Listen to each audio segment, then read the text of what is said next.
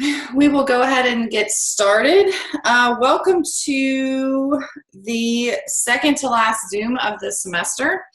I am excited to talk to you tonight about the American healthcare system. But before I get into all of that, I wanted to check in like I normally do to see if there's any questions about anything and just kind of go over some logistics. A couple of reminders. The final policy brief is due next week on April 4th. Many of you have already submitted that for your final grade, but if not, please make sure that you get that in. I will be grading those briefs just like the CTEs based on the rubric that is provided, that score sheet. So if you have any questions about that, please go ahead and make sure that you kind of email me and I'll go over any of that, but hopefully that's all pretty clear at this point. The rest of the quizzes will be up soon. Quiz 4 is due next week. It's due at the end of the semester, but the recommended time frame is for that to be due on the 4th as well. CTE 5 is due on April 11th. I should be able to get your get quiz 4 and your grades for CTE 3. Wow, something is, sorry, oh wait, yeah, CTE 4? CTE 4 is due today. Okay, that's right, I extended that, okay. Yeah, okay. CTE 4 is due today. CTE 5 is still due at April 11th. And quiz 5, the recommended due date for that is April 18th, but certainly no later than April 25th. As a reminder, your overall CTE grades are going to be based on the the first 5 CTEs. If you are not happy with one of your grades on one of the CTEs, you may submit a 6th CTE. However, you have to have, as outlined in the instructions, you have to have completed the first 3. So you can't just like skip one. You have to do all 5, and then if you don't like one of your grades, you can submit a 6th one. It's kind of another way to get a little bit of extra credit since there's so many of those, and sometimes we just have bad weeks or whatever. So so that last optional 6 CTE is due April 25th, and all of the quizzes are due April 25th if you have not completed those yet. So those are kind of all my announcements. They're all kind of in the course outline and the syllabus as well, but just wanted to put a couple of reminders out. Are there any questions about anything? Any questions about any of my feedback on the CTEs or the quizzes? I haven't received too many questions on, I think I did on the first quiz, but not a whole lot of questions after that. So that makes me feel good. Like they're pretty straightforward. Y'all seem to be doing pretty well on those. Are there any questions about any of that?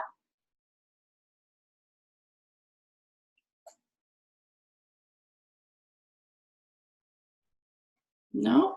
Okay. Well, I'm going to go ahead and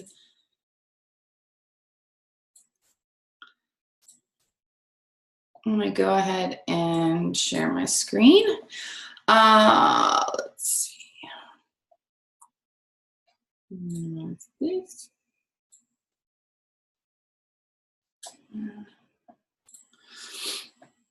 Okay. Oh, I have a question.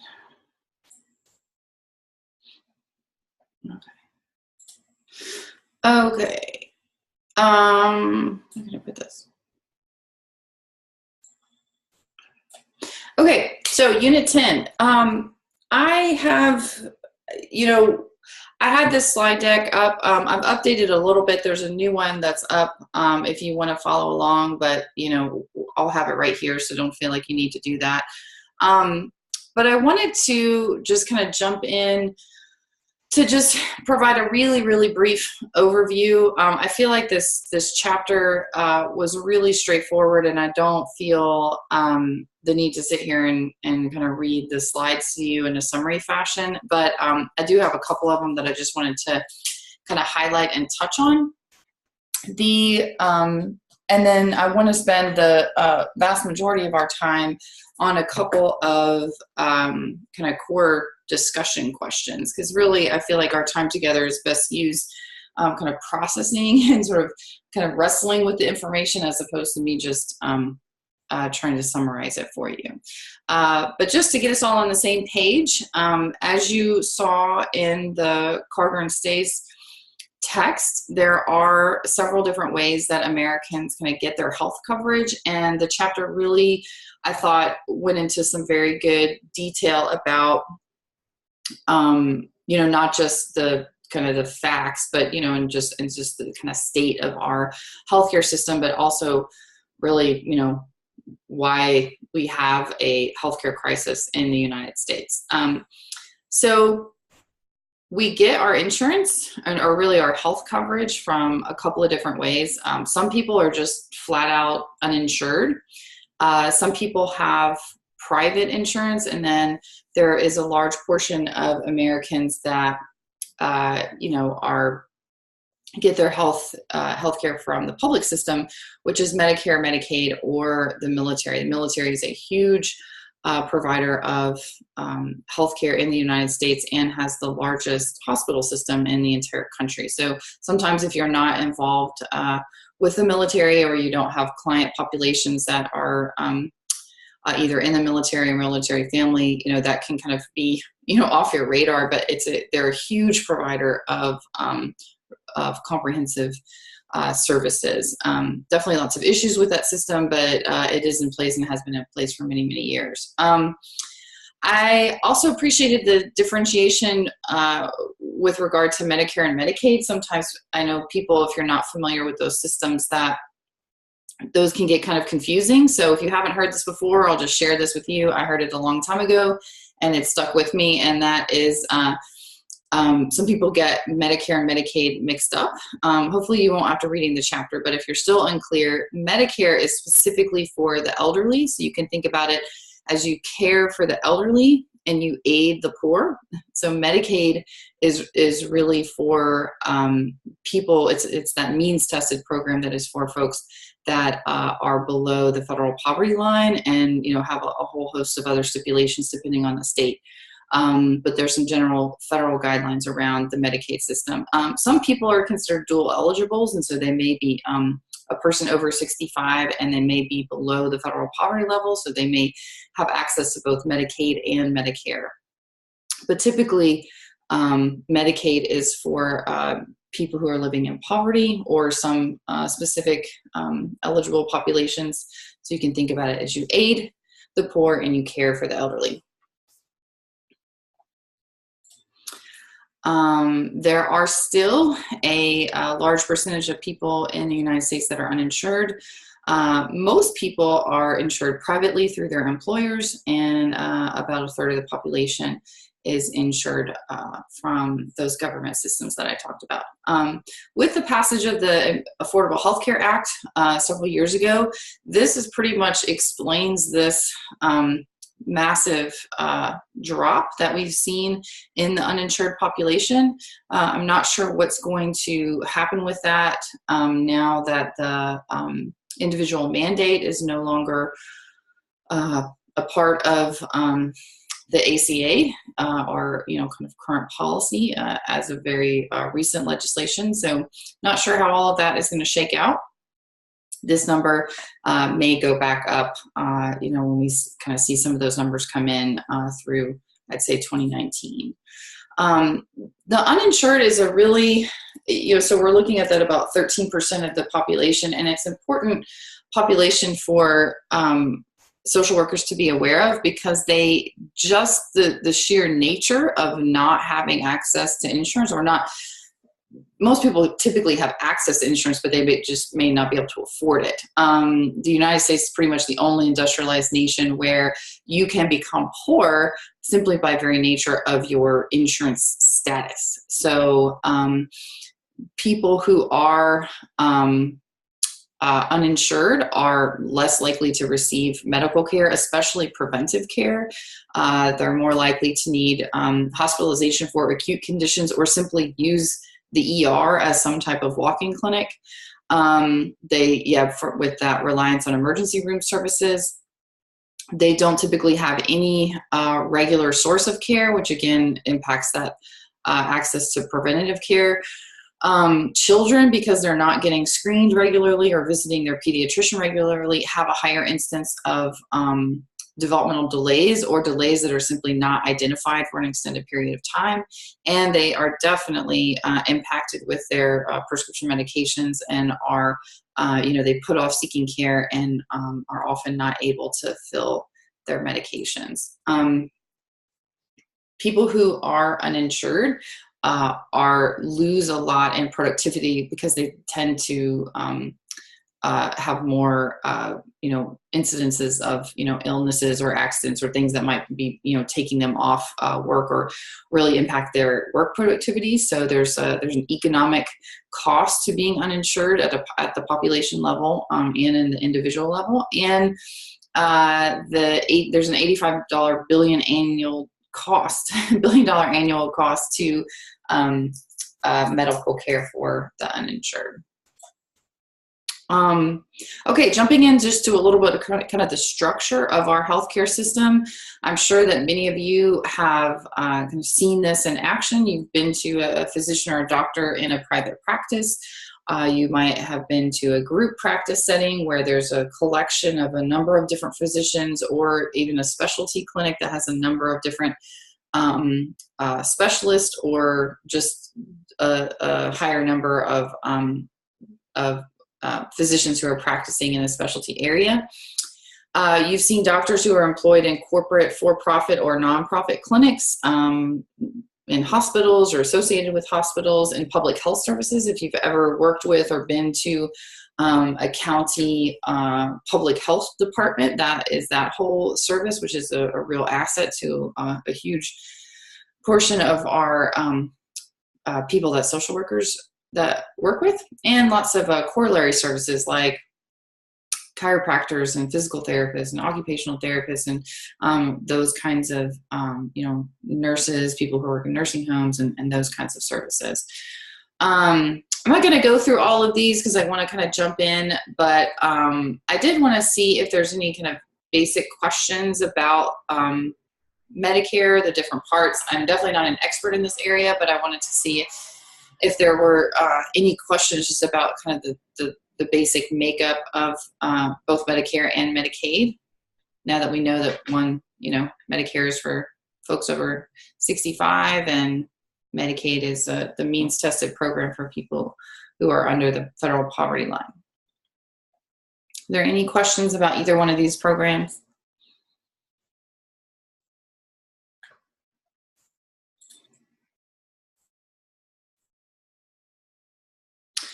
Okay, one thing that I want to point out too about the Medicaid program, there are a lot of different populations that are served by Medicaid that social workers are involved with. Social workers are integral components of the larger Medicaid system, whether that's at a hospital level, at a community-based mental health center, any provider that is accepting Medicaid, there is a good chance there's in some way either connected directly with a social worker or needs to be connected with the social worker, just simply because you're working with that a population that's in poverty. And I know many of you are in different states across the country, so I'm not going to focus on Tennessee's specific Medicaid system, which is called TennCare. Your state has its own Medicaid system. I highly, highly, highly encourage you to connect in some way, shape, or form with someone who works in that system if you are not already, simply so that you have a good understanding of what that plan looks like in your state. There are very general federal guidelines, but all 50 states have an individualized Medicaid plan. So it looks totally different. So if I were to sit here and tell you about Medicaid in Tennessee, I would be telling you about Medicaid in Tennessee. It is totally different than Medicaid in Georgia and Medicaid in Ohio and Medicaid in Washington State, it's just totally different. So sometimes that gets a little confusing because you think, oh, well, it's this federal system, but it's very much the majority of funds that go to pay for Medicaid come from the federal government, but they are matched at the state level, and the state really dictates, oftentimes legislatively, what is going on with that population. Just for example, and this may have happened in your state, I'm not sure what the current status of the bill, but there was a bill just in this state legislative session in Tennessee that was looking to create essentially a work requirement for people who were receiving Medicaid services. If they had a child that was over the age of 6. So basically they were kind of saying if you were a mom and you had a child under the age of 6 that you didn't have to have this work requirement. But if you were able-bodied and you didn't have a child under 6, that you were going to have some level of work or school that was required. This is an extremely a bill that really does not have any kind of evidence to support it. It's extremely political and has been politicized, and it doesn't really offer any kind of added value, especially to the people who are receiving the services, and doesn't really take into consideration costs associated with childcare and transportation and just administration of a program like that.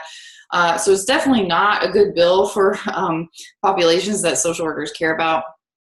But you could have had a similar bill that has either already been passed or might be introduced in your legislature. So it's something to keep an eye on.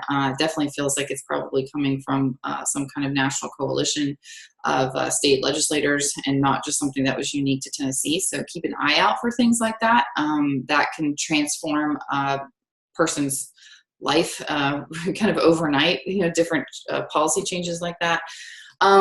So Medicaid is a really, really, really important system. Having worked in and around the Medicaid system for the last 15 years to a certain degree, I have come to have a great appreciation for that system. I used to have used to think that it was not great, and then I saw what was offered, especially for children with mental health needs, on the privately insured side, and I would pick Medicaid, at least in Tennessee, which is not, we certainly didn't expand TennCare or anything like that, but it provides some pretty exceptional services, especially for children and pregnant mothers. So it's not something to overlook or not be appreciative of, because it provides services for people who or otherwise just simply wouldn't have them.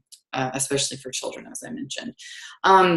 So one of the negative things about Medicaid is that there's no mandate that a physician has to accept a Medicaid patient unless you're a certain type of hospital like Vanderbilt here in Nashville.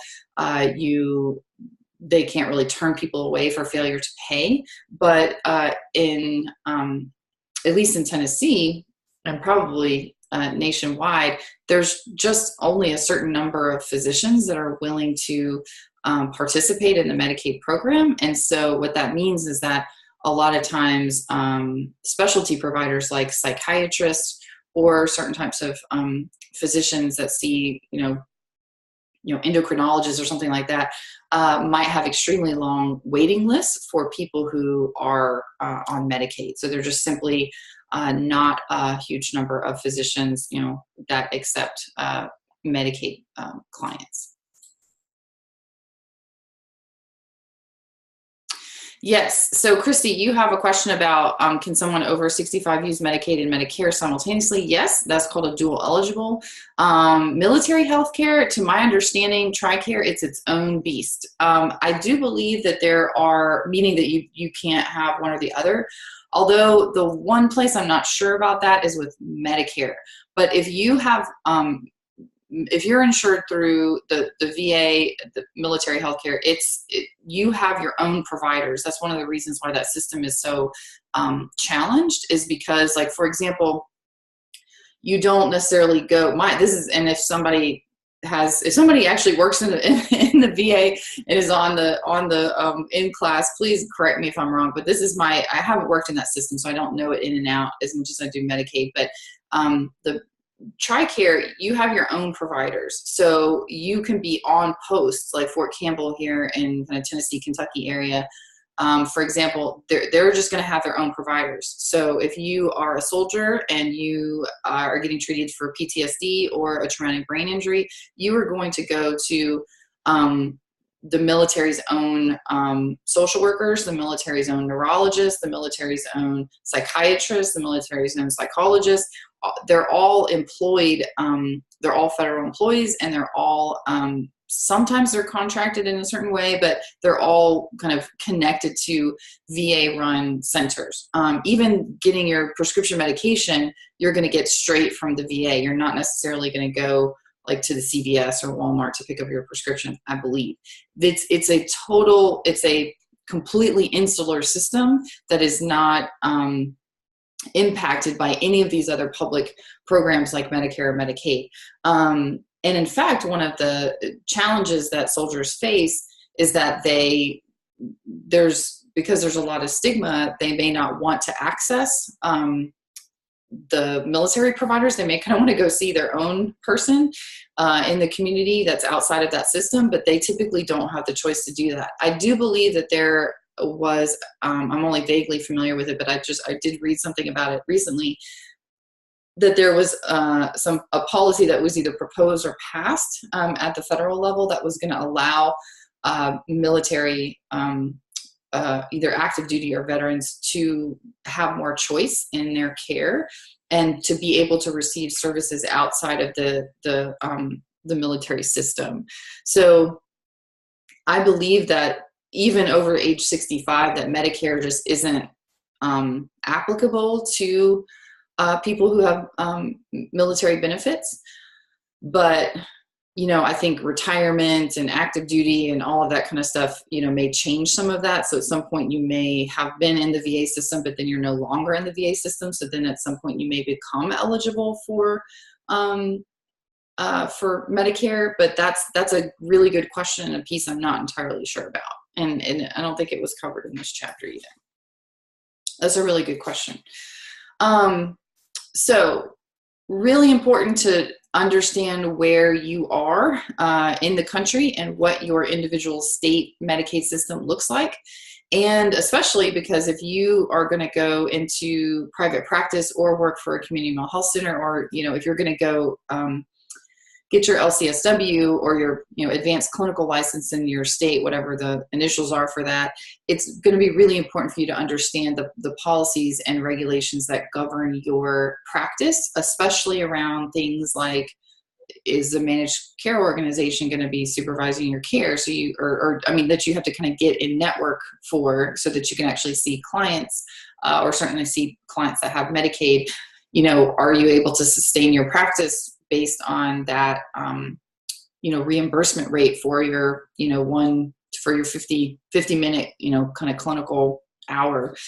So all of those things can change with the, swipe of a pen at any point. So it's really important to kind of be aware of how the Medicaid system in your state works and how it's going to impact your populations that you're working with. Any questions about that before I move on?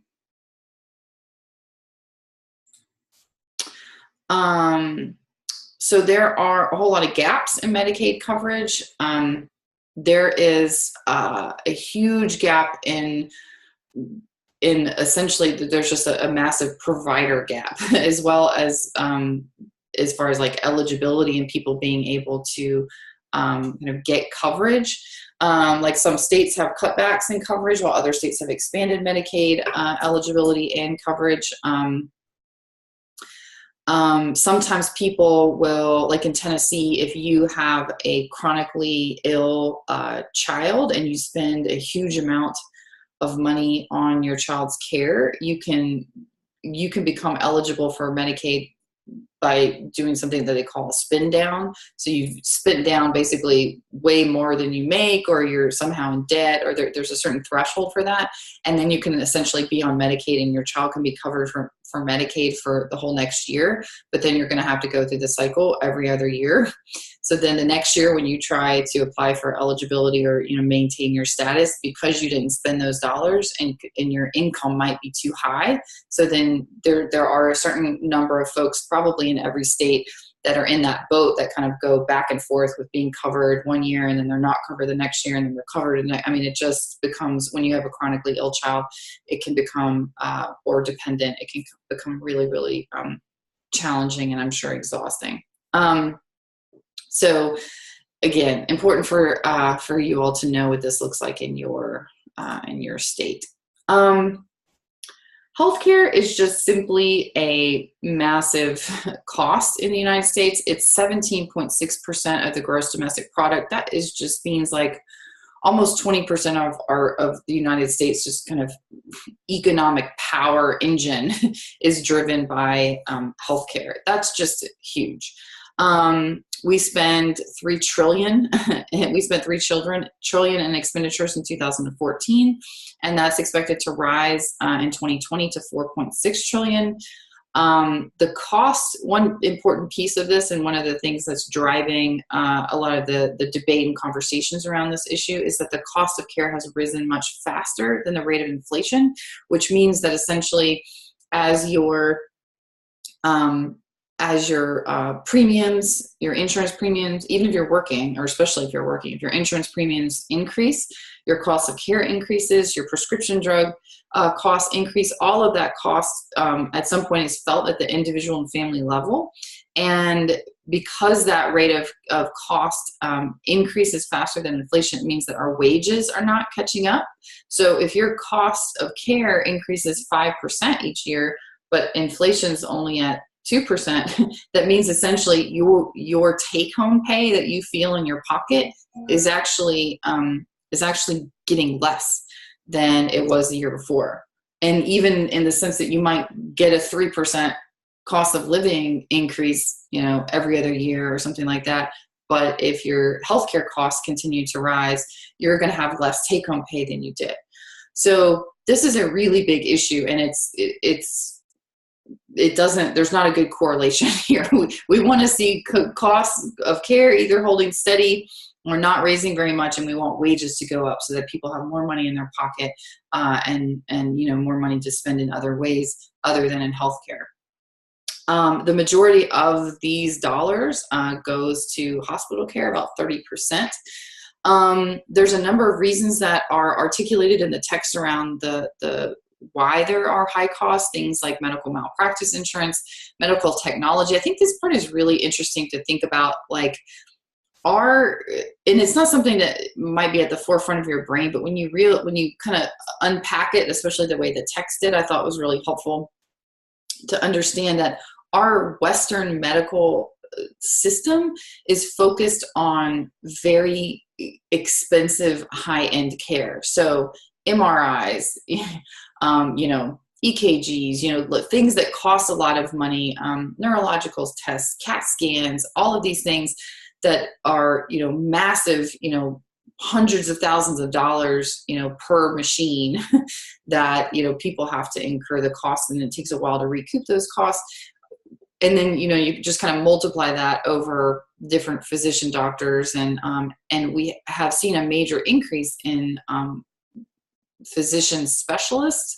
They make more money than in preventative kind of family care. And so the focus of our system and the focus of our medical education is around this, is around treatment and not prevention. And treatment is much more expensive than prevention. And so that's really where the money is. So overall, our system is driven by essentially and kind of run from a kind of for-profit standpoint. But at the end of the day, we're talking about people's, health and their quality of life. So it's a difficult, there's a real tension there. So medical technology is a huge reason for the high cost. Pharmaceutical drugs, we'll talk about that more in a minute. Administrative costs, there are forms upon forms upon forms upon forms. It takes a lot of time and energy and costs to regulate all of that, check all of that, complete all of that. And there's a pretty decent amount of waste and fraud and excessive pricing, especially around pharmaceutical drugs. Again, hospital costs are a huge part. 60% of those costs are to wages and benefits. Salaries, this is kind of, again, emphasizing the part here about specialty care. It's much more lucrative for a physician if you're going to pay all that money and incur, $150,000 in medical school costs. You may be, you're essentially incentivized to go into a more lucrative area of practice where you can make more money. And that is not in family medicine. That is not in preventative care. That's not in research. That is in, high cost specialized care. So that's why you see the growth in medical specialties. The pharmaceutical industry is an absolute beast. It's 10% of total health expenditures. And there is a really important piece here around just taking a step back, looking at the pharmaceutical industry from a macro approach. We could spend an entire, semester just unpacking the pharmaceutical industry, especially as it relates to mental health care and research and how we understand, what psychotropic medications work on certain people.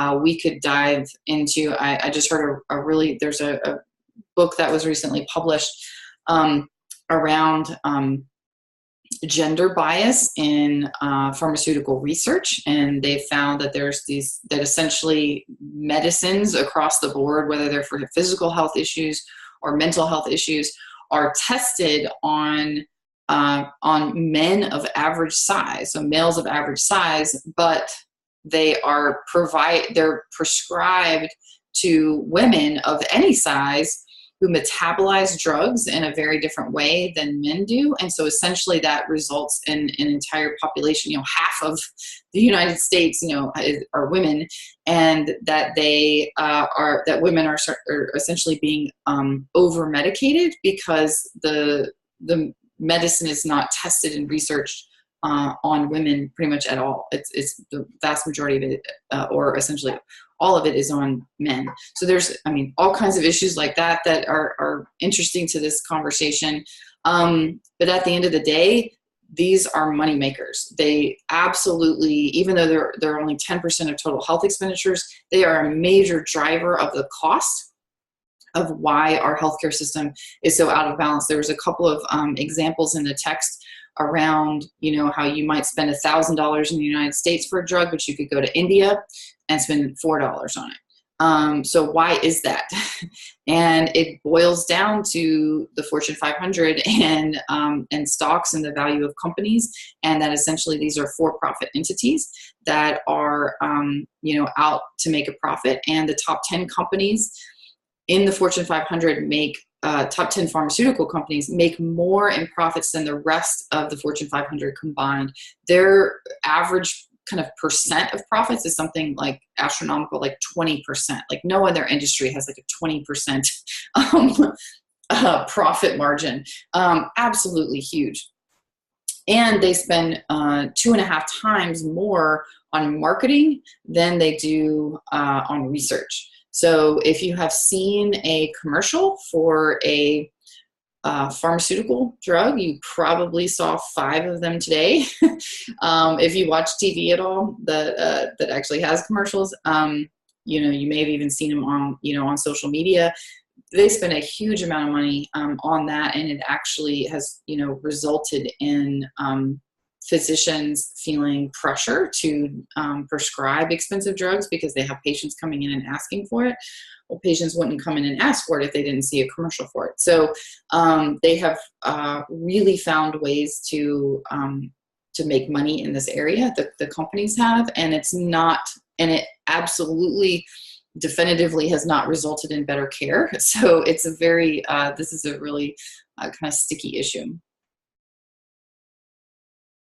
Yes, absolutely, Christy. I do not doubt it. I used to work for the Attorney General's office, and I worked in the Medicaid fraud section, and not all, but many of our cases were against pharmaceutical companies, and it was for their off-label marketing, which is a really interesting issue because essentially it's fraudulent to market um, drugs for, which Christy, you probably know this, it's fraudulent to market drugs for uses that have not been approved by the FDA, and that's kind of a sticky situation because there are legitimate uses for drugs that have not been, haven't really been approved by the FDA, but basically all doctors do off-label prescribing. So it's a really weird, really weird situation, but there's, just huge amounts of fraud that exists in that area for not just that reason, just all kinds of, junkets and,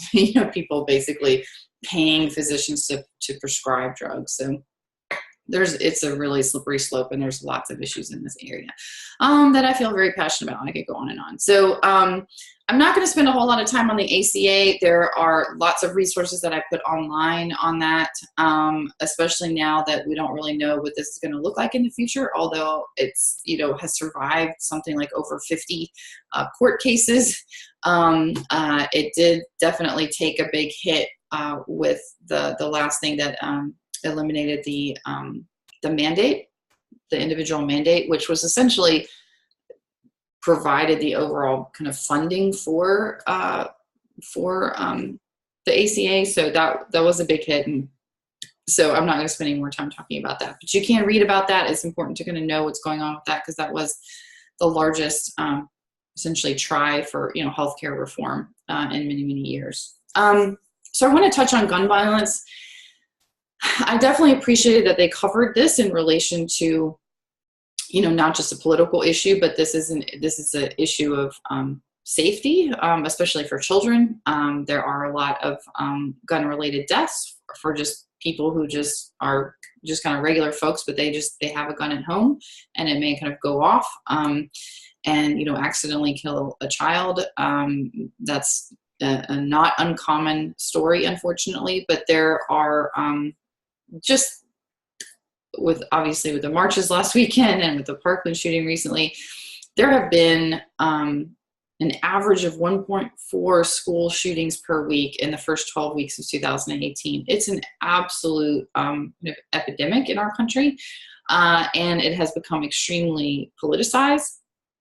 But at the end of the day, it really can be looked at through the lens of public health and issue of safety. About the data that was shared in the text, it looked about 70% or so of individuals who were the directly impacted by gun violence, like either they were shot or they attempted suicide or it was an accident, anything like that. There's many of those people who do not die. So when you think about, there's also a huge cost in the medical sense to treating gunshot victims, and to and a lot of those people, they're a lot, especially if they were shot in the head or the leg, or they may be on disability for the rest of their life because as a direct result of that gunshot. So it's not just about people actually dying. There's this whole other piece to that puzzle around people's lives are impacted. But because of lobbying and for a whole host of other reasons, this is a really political issue. So I am curious, and I'm posing this question to you all. It's definitely a hotly debated issue in the last few weeks. So what do you think should be the role of government in preventing and mitigating gun violence, especially as it relates to this kind of public health issue?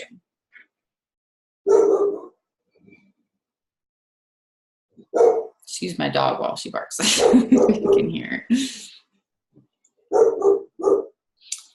Does anybody want to jump in here on this one?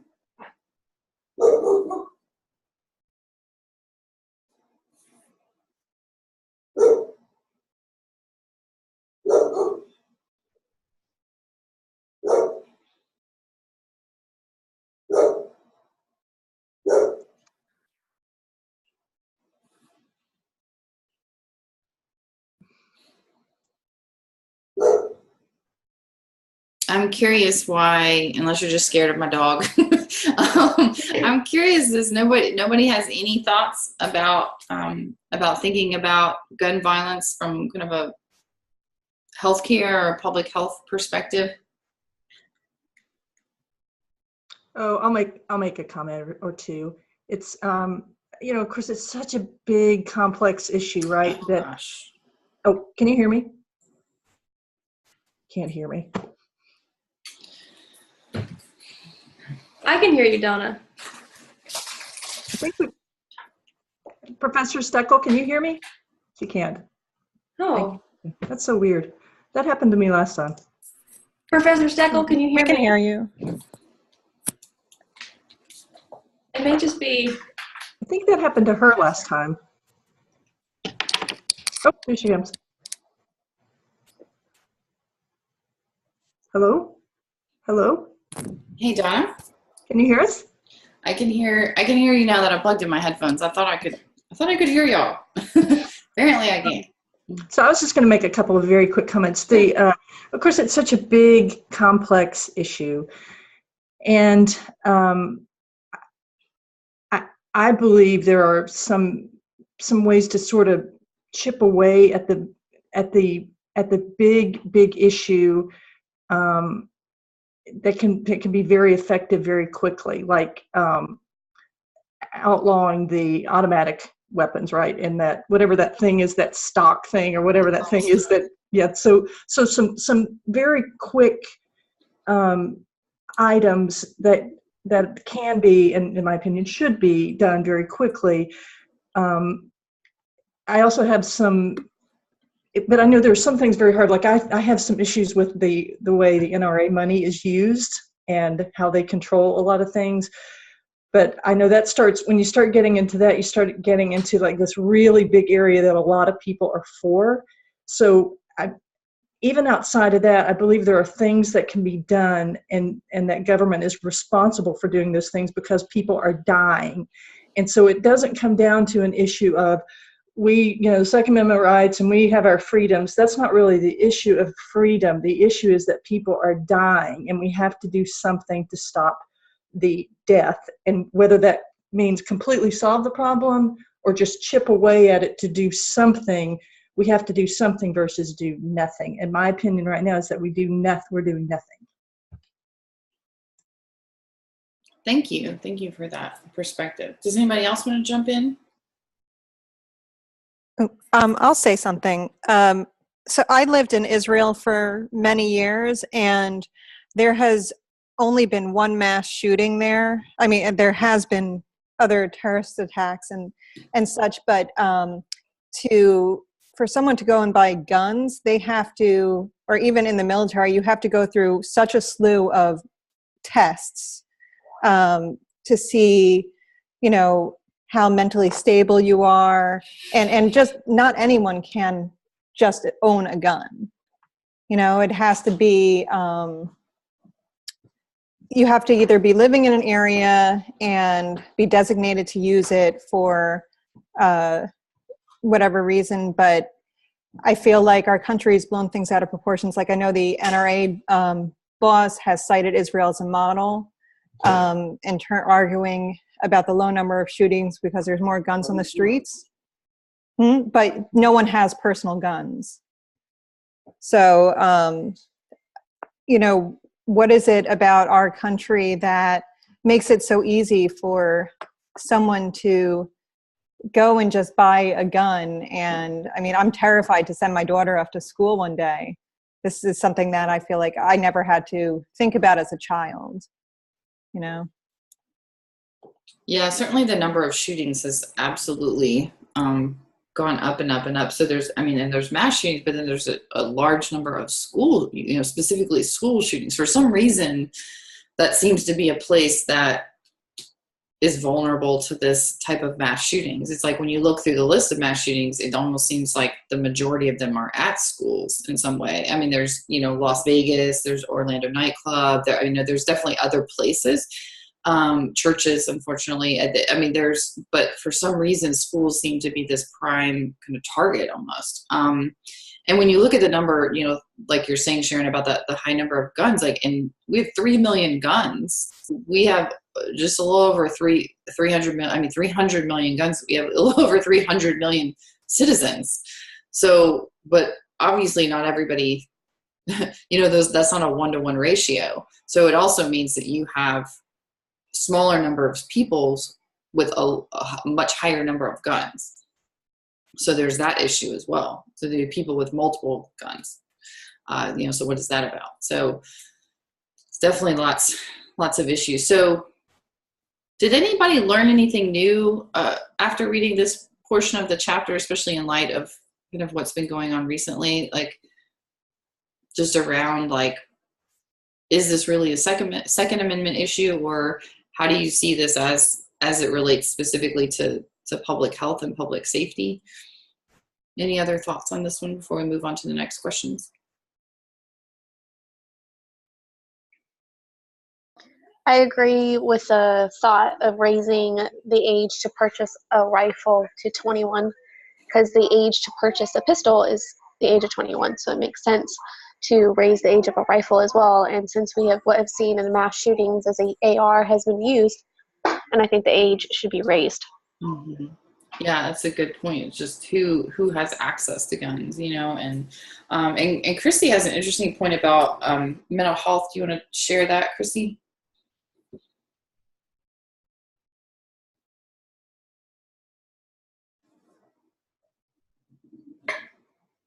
Maybe you typed it because you couldn't say it out loud.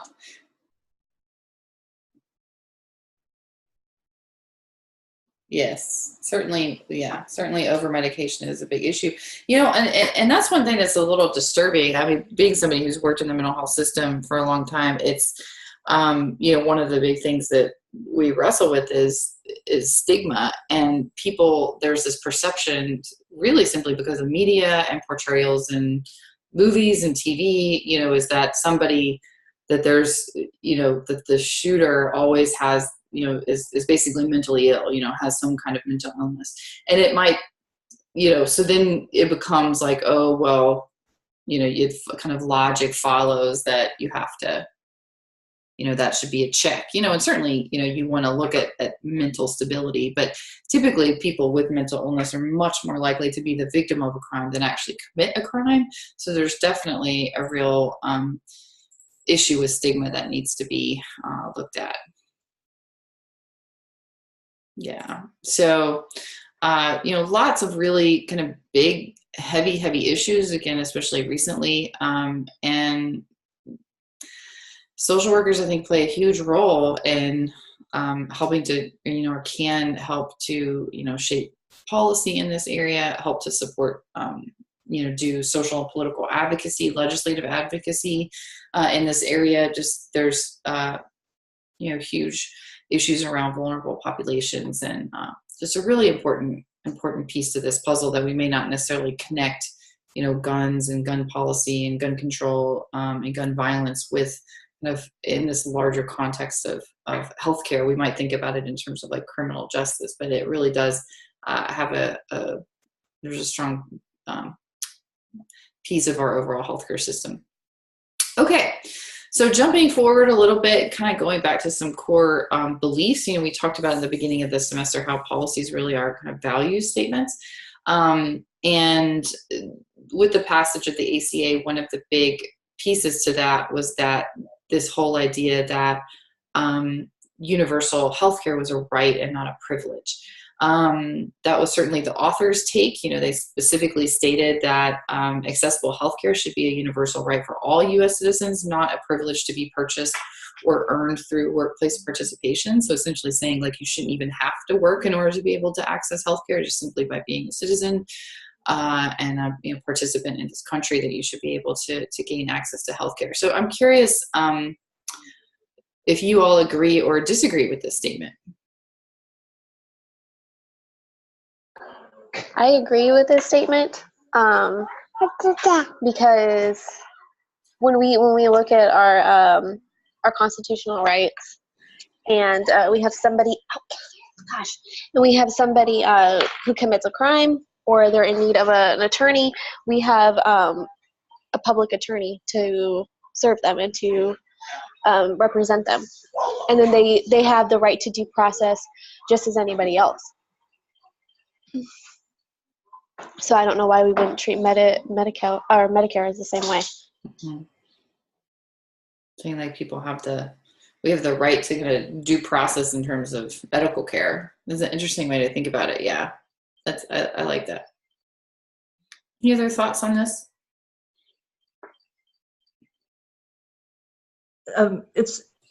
If we compare ourselves to the other developed countries, there are a lot of great examples, and we're a bad example. And I know we always say like, oh, we're different, and we want to be different, and we're so much better that, we want to be different. But there are a lot of good examples of good healthcare systems that if we looked at them, and they're, developed countries comparable to us, that focus, as you mentioned, Professor Steckel, more on preventative and health itself versus all the money that we pour into health issues, late life or, in chronic health issues. That if we approached it that way, then not only is it a right that we should have, but we would be able to execute on that if we were willing to sort of open our mind and think outside the United States style box. Mm-hmm. Mm-hmm. Yeah, I think that's interesting. I think in your comments to me made me think about, and I hadn't really thought about it this way. It reminds me of one of our core social work values, which is self-determination. And because of the way our system is structured in the United States, we actually have very little, as consumers of healthcare services, we have very little choice in not just the providers that we see, but in the type of care that we receive. I feel very fortunate that just with being a state employee, just for example, it's only been recently that in the last several years, I guess, that an annual just kind of basic kind of checkup, like preventative care checkup, like an annual physical, it's 100% covered. Like I don't even have to pay a copay for that service, but that's obviously not something that everybody has access to.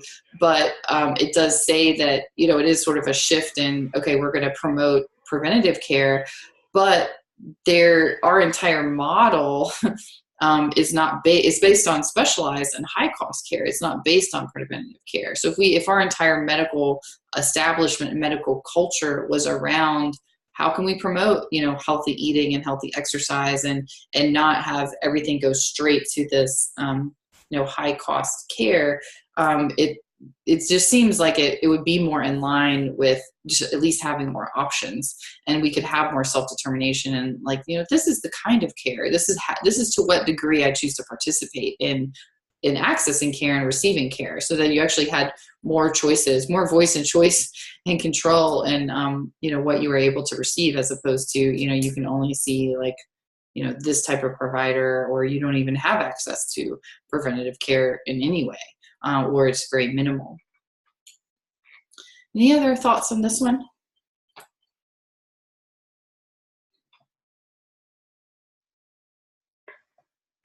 I had a thought as I was just reading this question, and I could use some help on this. So if I'm wrong or if I'm off base, let me know.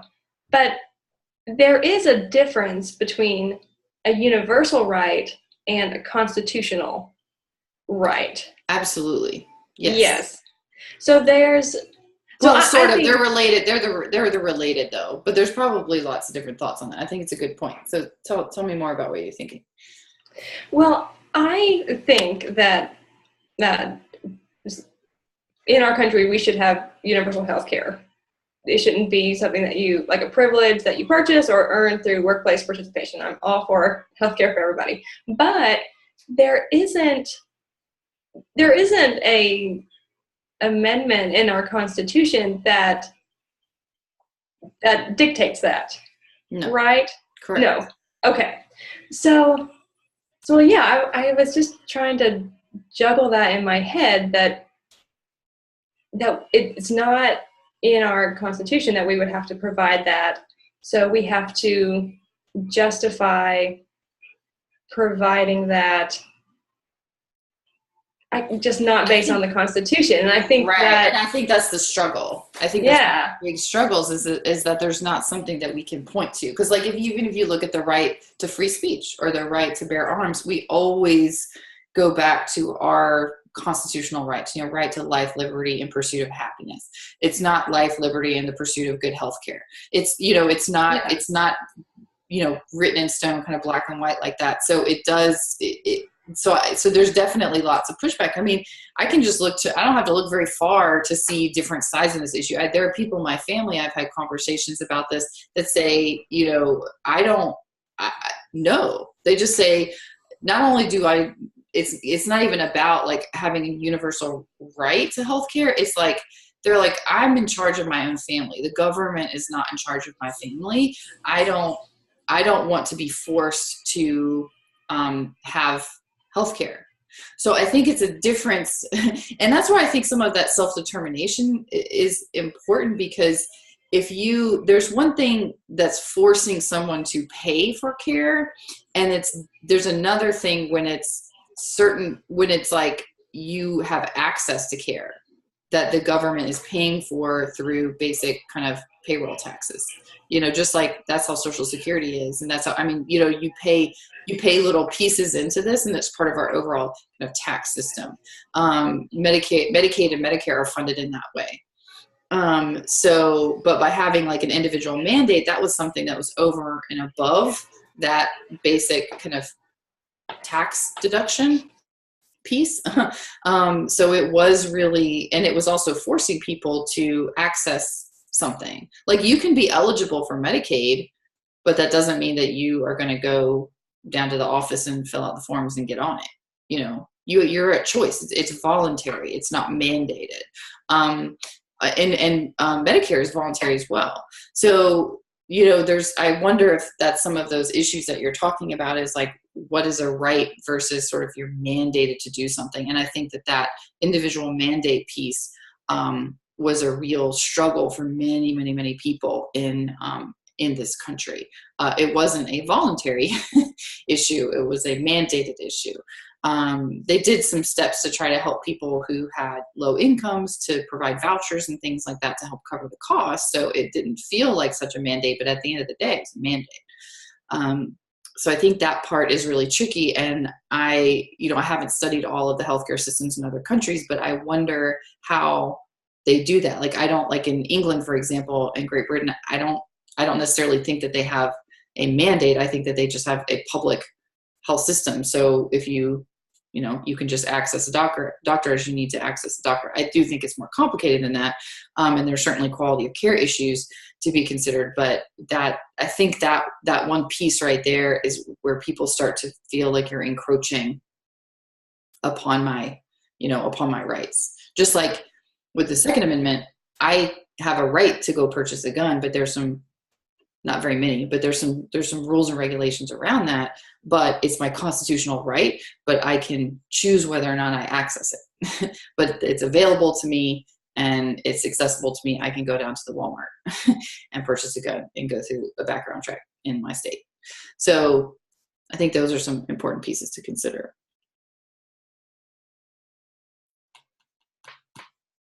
And so if healthcare is, if it's mandated that you have, or that you buy into a healthcare system so that it can be universal in that way, we're forcing it to be universal. Where's the self-determination in that? Like, how does that bump up against our social work values?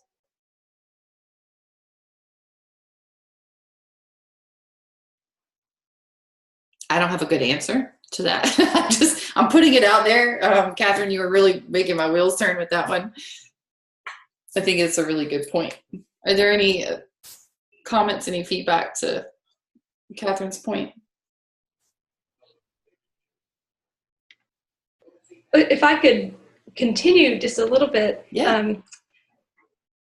I agree with you, Professor, that if we have this universal, if it's a mandate, then it bumps up against our principle of self-determination. But if we also, on like the flip side, I guess, I think it would help alleviate some of the injustice that we are trying to fight against. That we everyone either, well, especially if, okay, sorry, I'm kind of stumbling through this, but if we could make healthcare more accessible and more affordable for everyone, then we wouldn't have such disparities in access to healthcare and who is accessing healthcare. And it's not just going to be a white rich person thing. It's going to be an everybody thing, or at least much more so. So I can see both sides. Yeah, absolutely. And so much of that is based on cultural norms and values. I mean, all of this to some degree or another tracks back to values. And I've looked at some kind of conversations coming out of, let's say, Canada, for example, and they have, I learned this through my frameworks training that I went through, is that they cannot, just kind of from a cultural identity piece, they cannot fathom that there would be an issue with having someone with means, like someone with money, paying into a system that's going to be for the benefit of everyone, especially people who don't have as much money as they do. It's just not even on the radar culturally. They're like, why? I don't understand why that's an issue. But in America, it's very much an issue. In America, it's, what's mine is mine and what's yours is mine, or what's yours could be mine. It's not, we don't have this kind of cultural value. We have pull yourself up by your bootstraps. And so if you can't do that, there's something wrong with you or your boots. And that's not my problem. We have such a different, much more individualistic value-based system than, or culturally, we're more individualistic than other countries that are more pluralistic or more, it's more about the community, more about the whole than it is the individual. So it's very, I think it's in many ways, I feel like we're not on so many of these social issues, we're not going to change until our culture shifts. Our culture has to shift before our policies can shift, because it's really our culture that drives our values, and then our values that drive our policies. At least that's one way to look at it. Okay. Well, there's a couple more questions I'd love to get to. I know we're running into office hours, but I do want to just touch on this before we close out today. So this, I think, is a curious issue that sometimes gets overlooked, and just I think it's important to at least spend some time critically thinking about. So healthcare in the U.S. is predominantly provided by for-profit hospitals, specialty care practices, and most managed care companies, if not all managed care companies, are for-profit. So pretty much any doctor that you go see is making a profit off of seeing you in their office, off of your common cold. Pharmaceuticals, we've talked about that. Profit, profit, profit. So that's our current paradigm, is that the U.S. healthcare system is driven essentially by for-profit corporations, especially a small number of corporations, because there's been so many mergers. So do you agree or disagree with this current paradigm, and why or why not? Do you think that there's benefit to having a healthcare system that's more driven by kind of quality of service over profit, or that essentially is kind of profit neutral?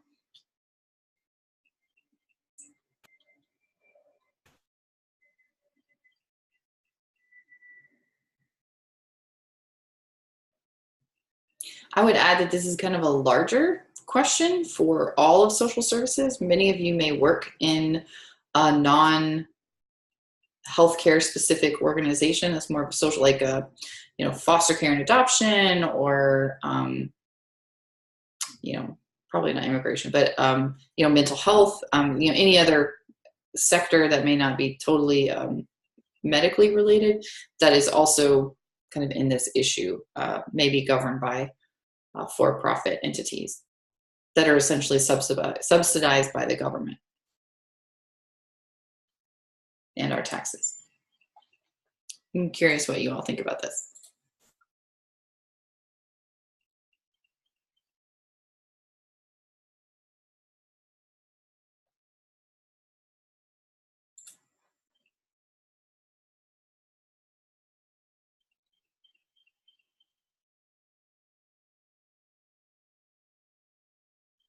Are you all stumped on this one, or are you just done chatting?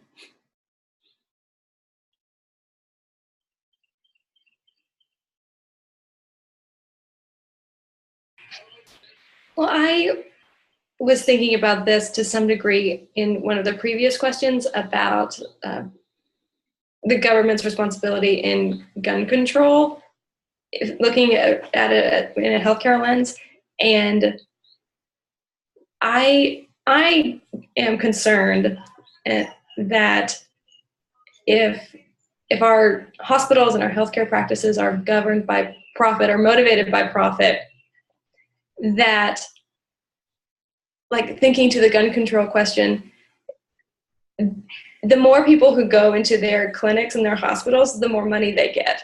So they don't have, I don't know, maybe they do and I'm just not aware of it, but it sounds like to me they don't have much of an incentive to want better gun legislation, more strict gun legislation, because if it's reducing the amount of people who are showing up in their hospitals, they're not benefiting from that. So right. Like they're, like, in a way, like they're incentivized to keep you sick, right? So why would we spend money preventing you from coming in and consuming our services? Because that's how we make money, is by serving you.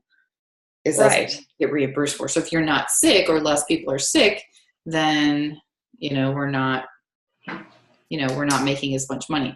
If doctors start decreasing the number of prescriptions that they fill, if doctors start prescribing diet and exercise and vitamins, or diet and exercise period, and meditation, and mindfulness practices, those have legitimate research and has been shown to improve overall physical and mental health and productivity, kind of across the board, those three things.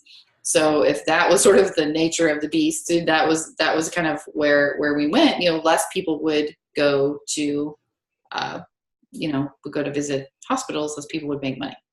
There wouldn't be as much profit there.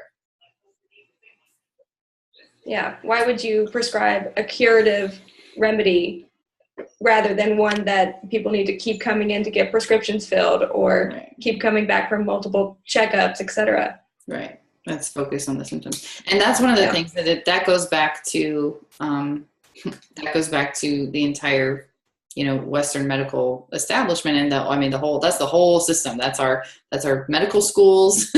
That's like, just like in social work school, we teach things through a, more of a, the ecological perspective, person and environment. We have our own values.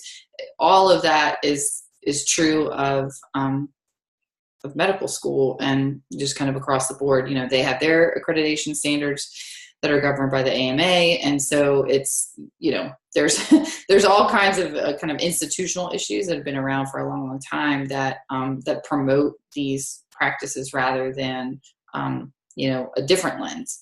So there are some kind of slow incremental changes around things like integrated care, and even things like mindfulness practices that are coming in to treat things like chronic pain. So there's kind of slowly, there's this, like, these little shifts, but it's interesting to see. I don't have any good answers here, but I think it's important to kind of critically think about, what role do you want to play in the system? What role do you think government should play in the system? This whole for-profit, nonprofit issue is an issue across the board. It's a hot button issue, actually, with regard to our correction system. There's a lot of, corrections is entirely publicly funded. It's corrections. There's no private investment in corrections, except for in the sense that there are private for-profit companies that run jails and prisons. And so there are issues, should the government, should we have the government running things like a jail, or we can talk more about that when we get to the criminal justice chapter, but that's something to think about. They've done studies, and it kind of sometimes is split on if a for-profit company provides better care than a nonprofit company. So I think the jury's out to a certain degree as far as efficacy, but it's definitely something to think about, just I think on kind of a human standpoint. Okay, last couple questions, and we'll close up for the evening. Kind of going back to our discussion about pharmaceuticals. I did not know this until I read this in the chapter, but an over-reliance on drugs is a major factor contributing to medical care being the third leading cause of death in the United States, which is really interesting, that when you think about a healthcare system, it's supposed to promote health, and in many cases, it's actually killing people. So some of you may have even been impacted by that. I certainly know people who kind of went in for sort of a routine or even sometimes a cosmetic procedure and wind up losing their life. So it's a really kind of complicated issue. So there is this whole issue of direct-to-consumer advertising, and I am curious what role you think, or kind of what advantages and disadvantages of this direct-to-consumer advertising we have in the United States. Like, is this a good thing? Is this a bad thing? Everybody has seen pharmaceutical commercials. I remember growing up never seeing those. And then as I got older, they just kind of kept coming, and then it was just a flood, and then now it's just all the time. So should the government limit or prohibit this type of marketing for prescription drugs, kind of similarly to as it did in cigarettes? When I was growing up, I used to see cigarette ads in all kinds of magazines, billboards, and all of that is gone. We do not see that anymore. You see commercials, that is all gone. And that was because there was a court case around that, and it was found to be inappropriate and damaging. And so we no longer see that. It was kind of a public health issue. So I'm curious what you all think about this. I think that's a double-edged sword. So I know I'll use just like my example, birth control. I have tried plenty of different birth controls, and I finally found one that worked after years of just trying some and then not liking them.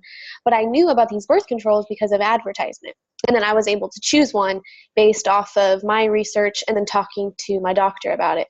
But had I not known about these, then I would have just have to rely on what my doctor tells me would be best for me, and then not having that choice over what I'm putting in my body.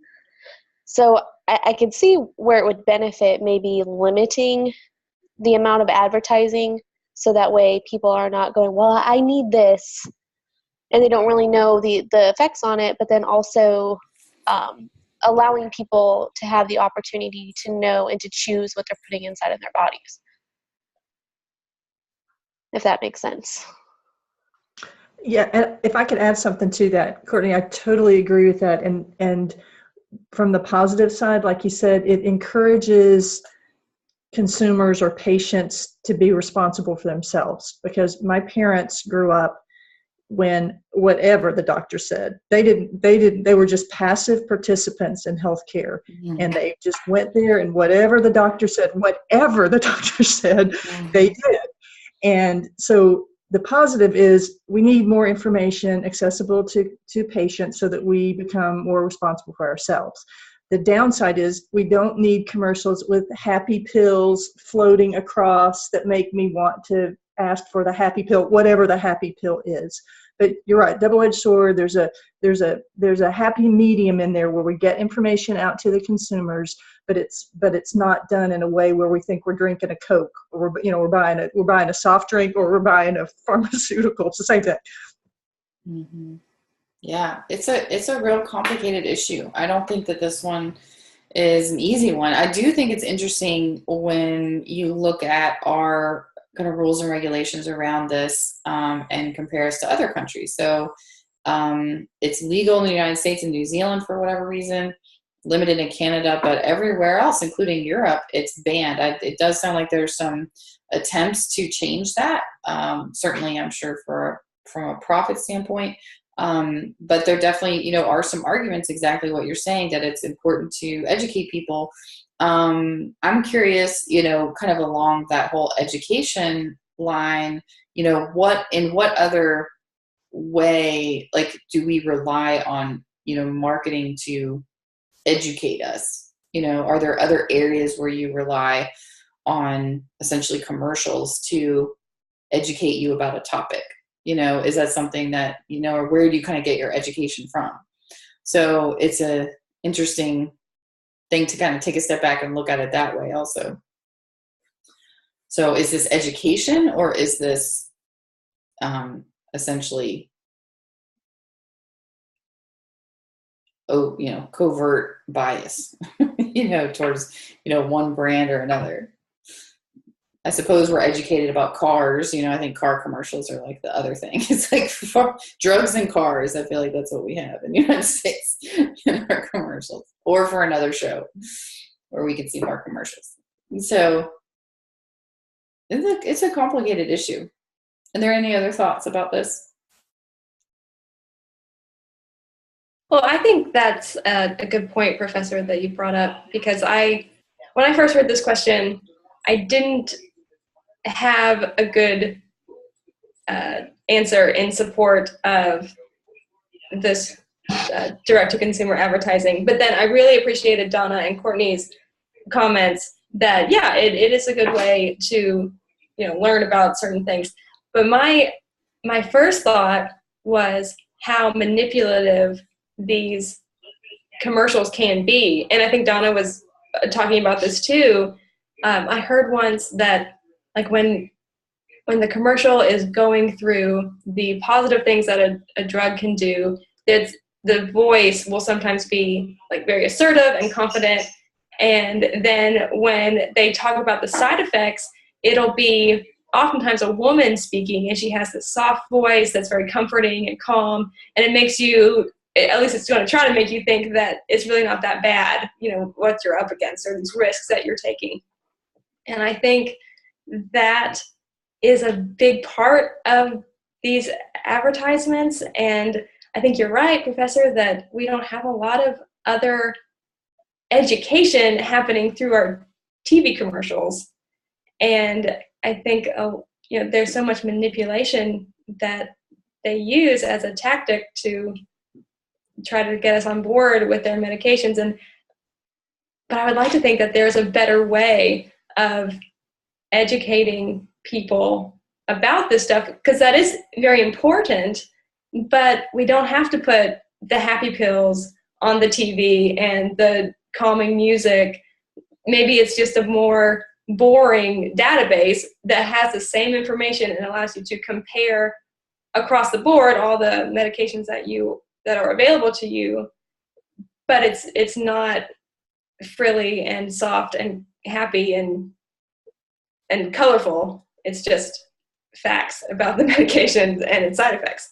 Right. Something like that. That's just more straightforward. Yeah. Yeah, and it's also, that would require us to do work, right? So we would have to go and find and research and, prioritize our time in that way. And I definitely resonated, Donna, with what you said about being kind of passive consumers of medical services. And I think in some ways we're very passive consumers of commercials. I mean, we don't have to do anything. We can hit mute, but we're still seeing it. It's still, our brain, we still have lizard brain, we're still absorbing all of that information, which is very strategically and research-based. I mean, all commercials are research-based. There is such a massive amount of kind of market research that's done. I mean, everything is very strategic. Colors, tones, voices, images, it's all totally researched. And it goes back decades and decades and decades, actually, to really, I think it was Freud's nephew who really kind of brought that in around how, kind of psychologically we process messages. So that's been going on for a long time. And I do wonder, I at least pose the question to you all is there a better way to be a consumer of information, or at least a active discerner of information? So where what are we relying on to help us discern some of these messages? And one of the things, and where are we getting our education from? And I ask you that question so that you can ask your clients that question. So it's about yourself, but it's also translate this question into how you would work with one of your clients. This is a really complicated issue. Physicians, they rely on drug companies to educate them. They have representatives that come and talk to them. They go to conferences that are sponsored by, by essentially the pharmaceutical industry. But so much of the pharmaceutical research is biased. The journal articles that are published to promote certain things are biased. You don't have to go any further than looking at the opioid epidemic and how one study published, over 20 years ago, essentially got, the drug companies just took it and said, see, opiates are not addictive. Like, that came from a journal article.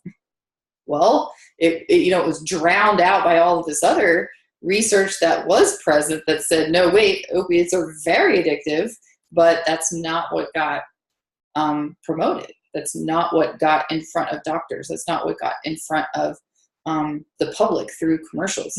So it's this very complex issue. So maybe some of it is like, how are we teaching ourselves and how are we teaching our clients to kind of weed through the chatter, weed through all this white noise and kind of find more about the truth, especially, hopefully we can get to some of that through the internet, but then that's a whole other smorgasbord of, non-factual information. So it's, or biased information at the least. So it's complicated. It's not easy. We're certainly not going to solve the issue tonight, but I do encourage all of you to stay vigilant. This is a really important issue. It's something that impacts all of us. The federal, the U.S. Department of Health and Human Services is the only federal agency that literally touches every single human being that lives in the United States, because it's, healthcare is something that impacts everyone at one point or another. So it's very relevant to all of us. So stay vigilant in the way that you discern information. Stay vigilant with your continuing to educate yourselves about the systems that exist and the providers that exist in your state, in your area, and who you're going to work with. As social workers, we are, whether we're in medical care, healthcare, social service agencies, we are in this larger kind of consumer service industry. So it's, we're working with people. So it's important to just really continue to educate ourselves in this area and, advocate for our clients, advocate for our profession, as we move forward. So I could just kind of continue on talk about this. I'm very passionate about this area and just think it's really important to all of us. So thank you all for participating tonight. I appreciated the discussion. Please continue to email me with any questions about anything as we move forward. Our next Zoom meeting will be on April 18th. And let's see what else. I think that's it. We will be talking about some child welfare stuff that day. Yeah, I think that's it. Any other questions, comments before we go?